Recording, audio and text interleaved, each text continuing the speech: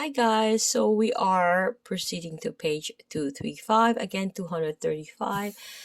We are still featuring Trailguide to the body and featuring head, neck, and face. So we have here the trail 2, the jaw, quote unquote jaw jaunt. So the mandible. I'm going to be reading this information here. So mandible is the bony base, submandibular fossa, angle, ramus, condyle, and coronoid process. So the mandible or jaw has numerous landmarks that are superficial and accessible. The body is again, I did a video earlier. The body is the flat surface of the mandible, right? Inferior to the lower teeth, to the base or jawline, is the edge of the body and an attachment site for the thin platysma muscle. Keep in mind, platysma is the one who pulls the mandible because gravity pulls it down naturally. Platysma is very thin, but it does depress the mandible because with gravity we normally open our mouth and we fall asleep when we're standing up or we're seated. We are naturally going to open our mouth because of the gravity.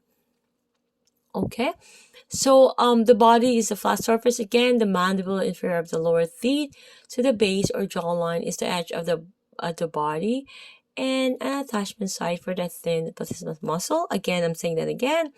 So the submandibular fossa is located on the underside of the mandible, and this is an attachment site for the suprahyoid muscles.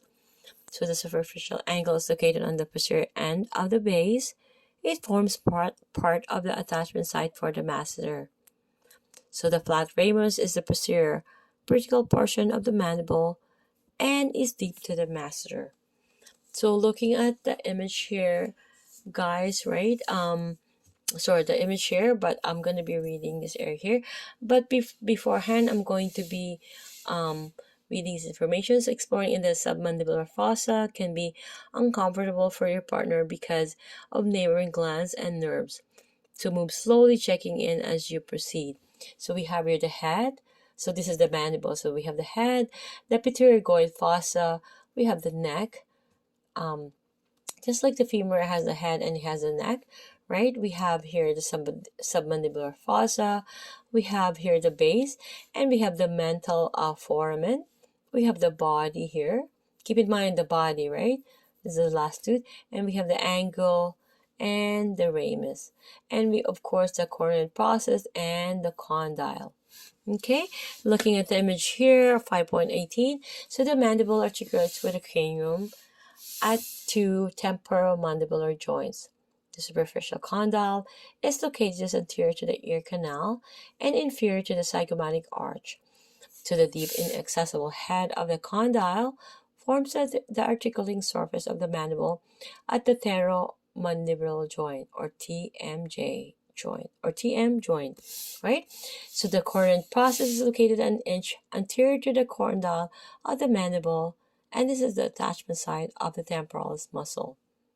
So when the jaw is closed, the coronoid process lies underneath the zygomatic arch and is inaccessible. Keep in mind again, it is inaccessible. Okay, so opening the mouth fully, however, will bring the coronoid process out from under the arch and allow the process to be accessed. Okay, so looking at the image here, we have the joint capsule here. We have the lateral TMJ ligament or pteropomandibular ligament. Okay, so we have the spinomandibular ligament here.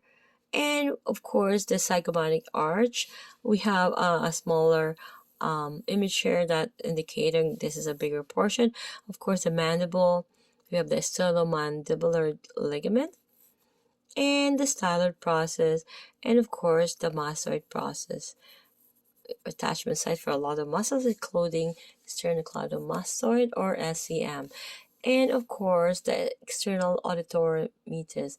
This is very important landmark, right? When we sense of hearing, this EAM or external auditory meatus is a very important landmark here. landmarking. My Filipino accent is coming out. See you guys in the next video.